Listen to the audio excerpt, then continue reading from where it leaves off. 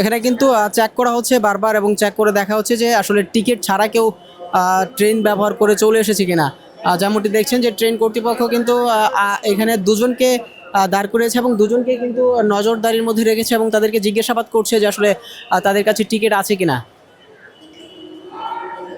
যেমন দৃশ্যটি দেখছেন যে দর্শক,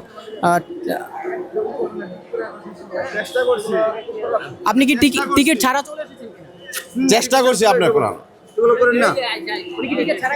টিকিট ছাড়া চলে এসে পড়ছে। টিকিটটা দেখেন।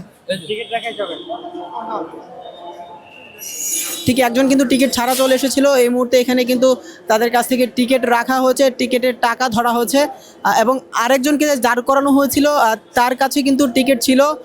সে তার একজনকে কল দিয়ে এসেছে, কল দেওয়ার পর তার সঙ্গী আসার পর তার সঙ্গী কিন্তু দুটি টিকিট বের করে দিয়েছে এবং তাদেরকে কিন্তু পরবর্তীতে ছেড়ে দেওয়া হয়েছে।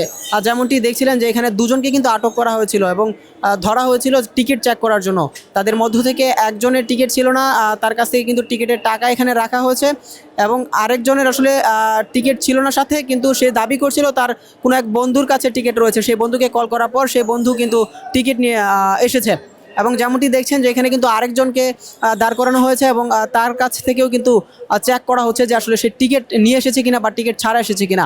হ্যাঁ দর্শক, ঠিক রাজধানী ঢাকার কমলাপুর রেলওয়ে স্টেশন থেকে আপনাদেরকে দেখাচ্ছিলাম এবং যুক্ত করেছিলাম। এখানে কিন্তু ঠিক এভাবেই প্রত্যেককে চেক করে ঢুকানো হচ্ছে এবং বাহির করা হচ্ছে, যাতে করে কেউ টিকিট ছাড়া ট্রেন ব্যবহার করে যাতায়াত করতে না পারে। এই বিষয়টি কিন্তু ঈদকে কেন্দ্র করে আরও কঠোরভাবে নিরাপত্তা এবং চেকের ব্যবস্থাটি কিন্তু নিশ্চিত করা হয়েছে।